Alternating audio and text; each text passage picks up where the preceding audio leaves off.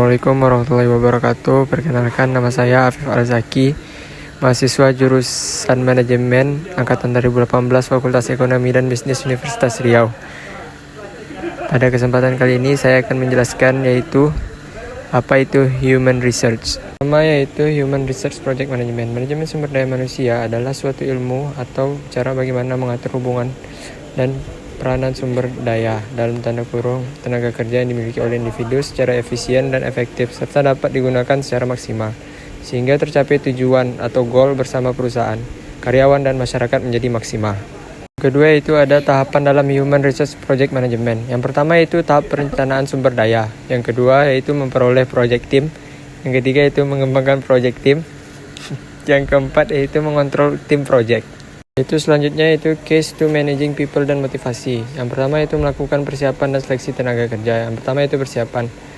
Dalam proses persiapan dilakukan perencanaan kebutuhan akan sumber daya manusia dengan menentukan berbagai pekerjaan yang mungkin timbul yang dapat dilakukan dengan melakukan perkiraan atau forecast akan pekerjaan yang lowong jumlahnya, waktu dan lain-lain. Yang kedua itu rekrutmen tenaga kerja. Rekrutmen adalah suatu proses untuk mencari calon atau kandidat pegawai, karyawan, buruh, manajer atau tenaga kerja baru untuk memenuhi kebutuhan sumber daya manusia suatu organisasi atau perusahaan. Yang ketiga yaitu seleksi tenaga kerja. Seleksi tenaga kerja adalah suatu proses menentukan tenaga kerja yang tepat dari sekian banyak kandidat atau calon yang ada. Kedua yaitu pengembangan dan evaluasi karyawan atau development and evaluation. Tenaga kerja yang bekerja pada organisasi atau perusahaan harus menguasai pekerjaan yang menjadi tugas dan tanggung jawabnya. Untuk itu dilakukan suatu pembekalan agar tenaga kerja yang ada dapat lebih menguasai dan ahli di bidangnya masing-masing, serta meningkatkan kinerja yang ada. Yang ketiga, memberikan kompensasi dan proteksi pada pegawai atau compensation and protection. Kompensasi adalah imbalan atas kontribusi kerja pegawai secara teratur dari organisasi atau perusahaan. Kompensasi yang tepat sangat penting dan disesuaikan dengan kondisi pasar tenaga kerja yang ada pada lingkungan eksternal. Keempat, yaitu promosi, pembinaan, dan pemisahan. Yang pertama yaitu promosi. Promosi adalah sebuah jenis transfer yang meliputi penguasaan kembali seorang pegawai pada sebuah posisi yang kemungkinan besar diberikan pembayaran yang lebih tinggi dan tanggung jawab, hak dan kesempatan lebih besar. Yang B yaitu pemisahan. Pemisahan disebut juga pemberhentian, bahkan sering disebut downsizing, yaitu suatu perpindahan sementara atau tidak definitif seorang pegawai dari daftar gaji. Yang C, terminasi. Terminasi adalah tindakan manajemen berupa pemisahan pegawai dari organisasi karena melanggar aturan organisasi atau tidak menunjukkan kinerja yang cukup. Yang D, pemberhentian sukarela. Pemberhentian sukarela adalah pemisahan pegawai dari organisasi karena melanggar aturan suatu organisasi. Selanjutnya adalah improving effectiveness Covey's to 7 habits.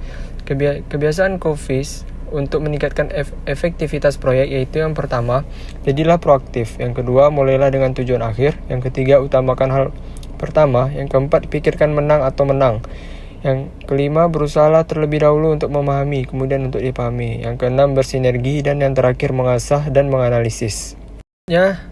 Performance management. Naik turunnya kinerja karyawan dalam perusahaan adalah sebuah tantangan tersendiri bagi pengelola perusahaan atau HR manager dalam menjamin meningkatnya kinerja karyawan dan menghindari beberapa masalah besar akibat karyawan.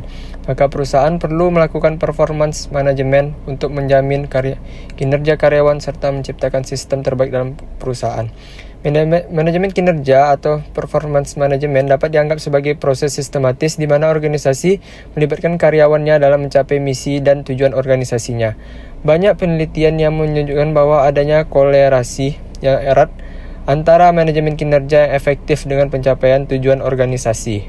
Selanjutnya yaitu tujuan performance management. Yang pertama, membantu karyawan dalam mengidentifikasi pengetahuan dan keterampilan yang diperlukan untuk mendapatkan pekerjaan secara efisien dan juga dapat mendorong mereka untuk melakukan tugas yang benar dengan cara yang benar.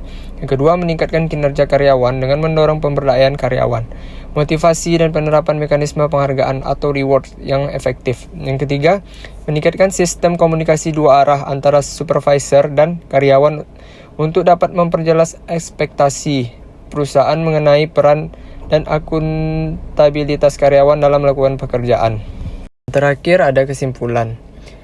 Kesimpulannya ialah yang pertama, untuk dapat mengimplementasikan kegiatan manajemen tersebut sesuai dengan fungsinya masing-masing, maka diperlukan beberapa keahlian manajemen atau manajemen skills yang diperlukan oleh setiap orang yang terlibat dalam organisasi.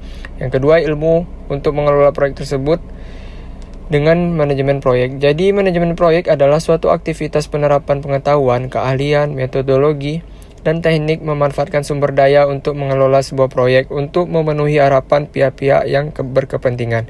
Yang ketiga, area pengetahuan yang diperlukan dalam mengelola sebuah proyek. Terdapat 8 aspek pengetahuan, yaitu manajemen ruang lingkup, manajemen kualitas, manajemen waktu, manajemen biaya, manajemen komunikasi, manajemen sumber daya manusia, manajemen risiko, dan manajemen pengadaan. Baiklah, sekian dari presentasi saya tentang human resource. Terima kasih. Assalamualaikum warahmatullahi wabarakatuh.